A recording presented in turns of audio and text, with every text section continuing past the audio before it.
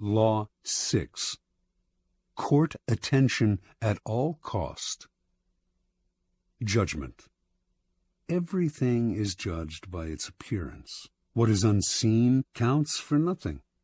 Never let yourself get lost in the crowd then, or buried in oblivion. Stand out.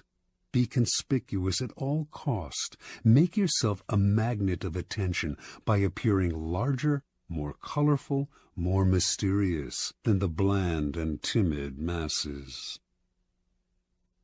Part 1. Surround your name with the sensational and scandalous. Draw attention to yourself by creating an unforgettable, even controversial image. Court scandal. Do anything to make yourself seem larger than life and shine more brightly than those around you.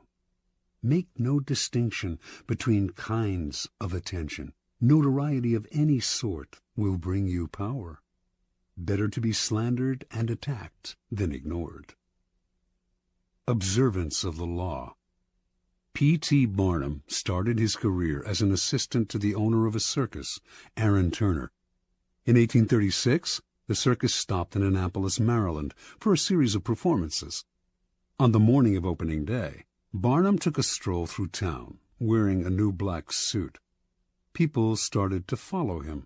Someone in the gathering crowd shouted out that he was the Reverend Ephraim K. Avery, infamous as a man acquitted of the charge of murder, but still believed guilty by most Americans. The angry mob tore off Barnum's suit and was ready to lynch him. After desperate appeals, Barnum finally convinced them to follow him to the circus where he could verify his identity. Once there, old Turner confirmed that this was all a practical joke. He himself had spread the rumor that Barnum was Avery. The crowd dispersed, but Barnum, who had nearly been killed, was not amused. He wanted to know what could have induced his boss to play such a trick.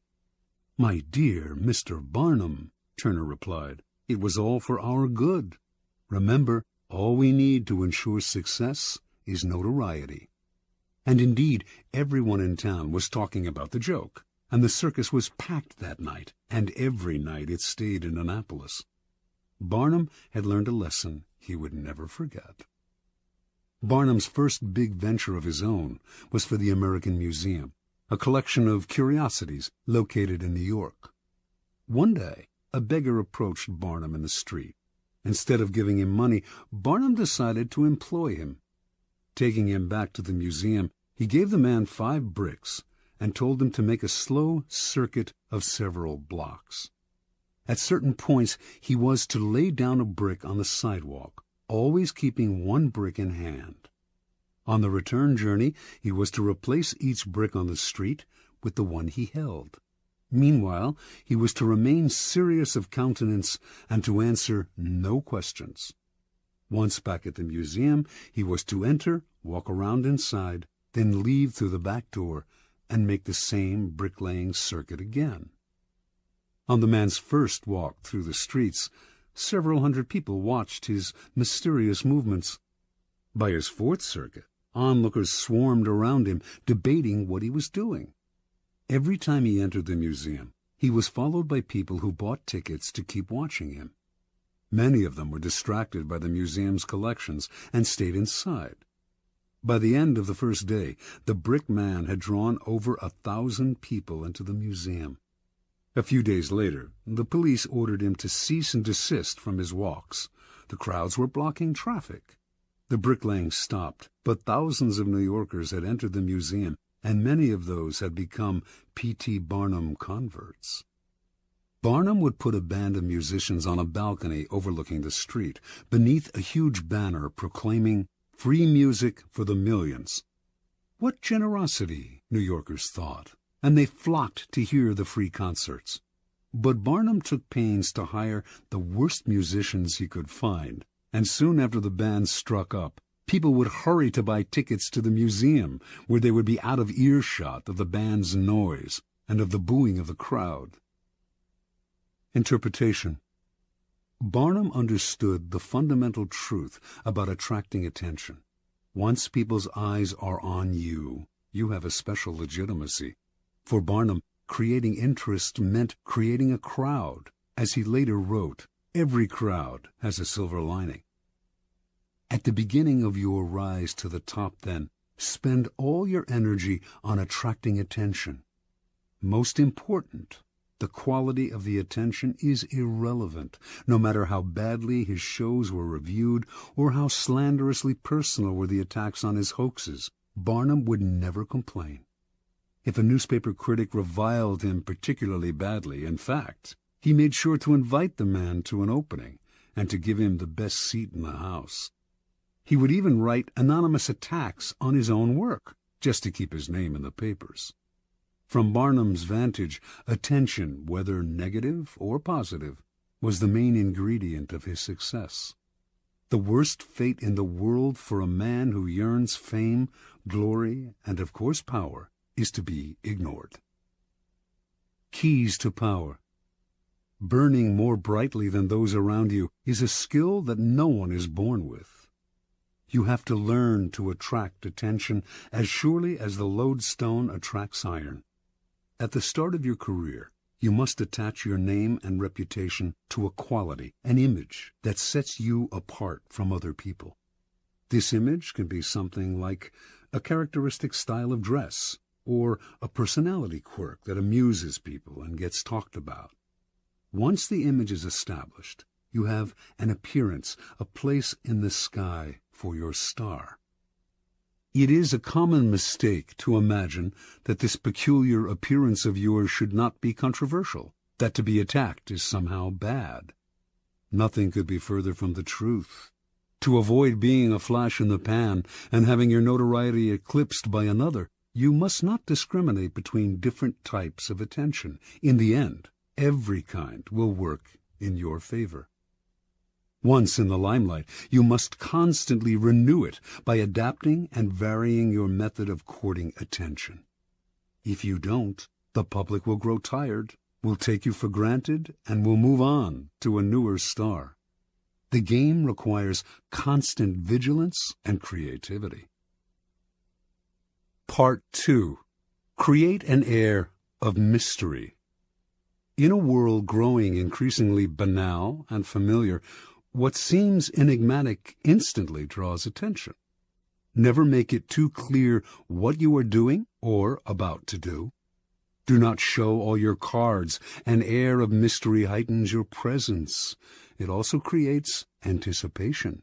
Everyone will be watching you to see what happens next. Use mystery to beguile, seduce, even frighten. Observance of the law.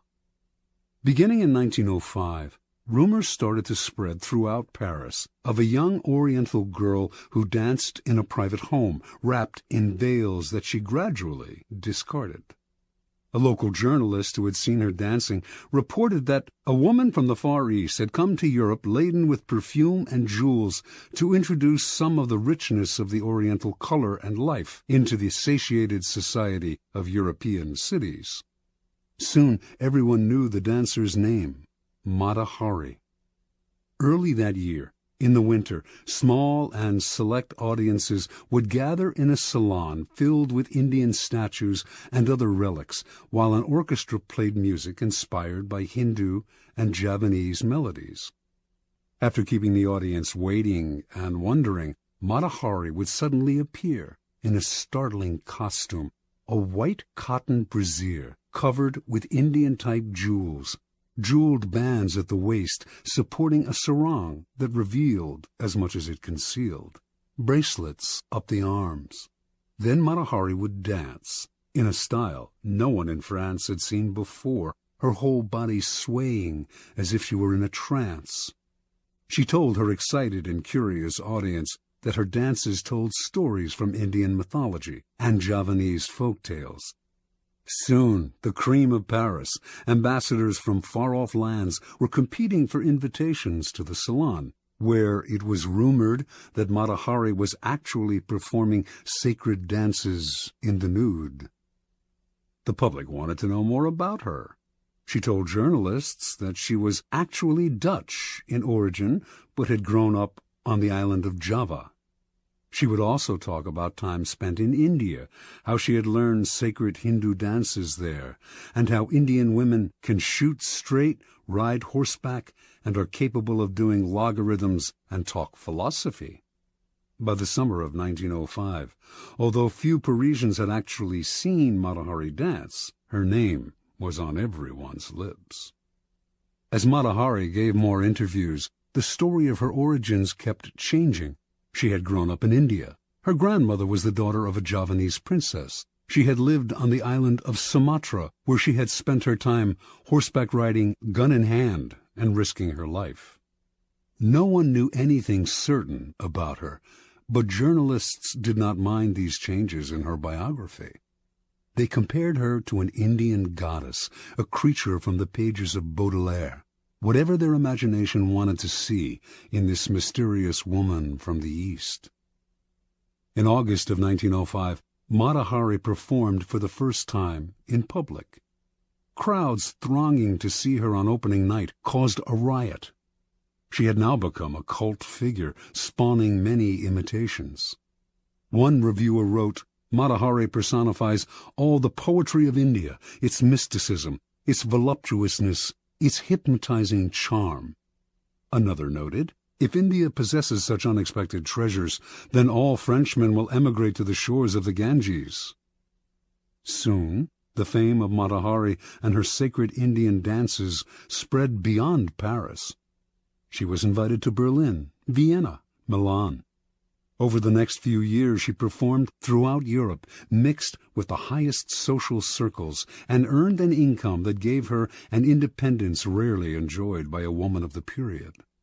Then, near the end of World War I, she was arrested in France, tried, convicted, and finally executed as a German spy. Only during the trial did the truth come out. Mata Hari was not from Java or India, had not grown up in the Orient, did not have a drop of Eastern blood in her body. Her real name was Margaretha Zell, and she came from the stolid northern province of Friesland, Holland. Interpretation. When Margaretha Zell arrived in Paris in 1904, she had half a franc in her pocket. She was one of the thousands of beautiful young girls who flocked to Paris every year, taking work as artists' models, nightclub dancers, or vaudeville performers at the Folies Bergère. After a few years, they would inevitably be replaced by younger girls, and would often end up on the streets, turning to prostitution, or else returning to the town they came from, older and chastened. Zell had higher ambitions. She had no dance experience and had never performed in the theater, but as a young girl, she had traveled with her family and had witnessed local dances in Java and Sumatra. Zell clearly understood that what was important in her act was not the dance itself, or even her face or figure, but her ability to create an air of mystery about herself. The mystery she created lay not just in her dancing, or her costumes, or the stories she would tell, or her endless lies about her origins. It lay in an atmosphere enveloping everything she did. There was nothing you could say for sure about her. She was always changing, always surprising her audience with new costumes, new dances, new stories. This air of mystery left the public always wanting to know more, always wondering about her next move. Mata Hari was no more beautiful than many of the other young girls who came to Paris, and she was not a particularly good dancer. What separated her from the mass, what attracted and held the public's attention and made her famous and wealthy, was her mystery. People are enthralled by mystery because it invites constant interpretation. They never tire of it. The mysterious cannot be grasped, and what cannot be seized and consumed creates power. Keys to power.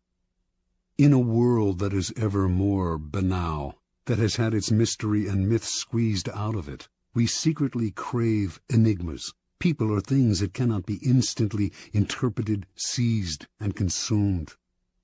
That is the power of the mysterious. It invites layers of interpretation. excites our imagination, seduces us into believing that it conceals something marvelous. The world has become so familiar and its inhabitants so predictable that what wraps itself in mystery will almost always draw the limelight to it and make us watch it. Do not imagine that to create an air of mystery, you have to be grand and awe-inspiring. Mystery that is woven into your day-to-day demeanor and is subtle has that much more power to fascinate and attract attention. Remember, most people are up front, can be read like an open book, take little care to control their words or image, and are hopelessly predictable. By simply holding back, keeping silent, occasionally uttering ambiguous phrases, deliberately appearing inconsistent, and acting odd in the subtlest of ways, you will emanate an aura of mystery. The people around you will then magnify that aura by constantly trying to interpret you. Mysterious people put others in a kind of inferior position, that of trying to figure them out. To degrees that they can control, they also elicit the fear surrounding anything uncertain or unknown. All great leaders know that an aura of mystery draws attention to them and creates an intimidating presence. If your social position prevents you from completely wrapping your actions in mystery, you must at least learn to make yourself less obvious. Every now and then, act in a way that does not mesh with other people's perception of you. This way, you keep those around you on the defensive, eliciting the kind of attention that makes you powerful.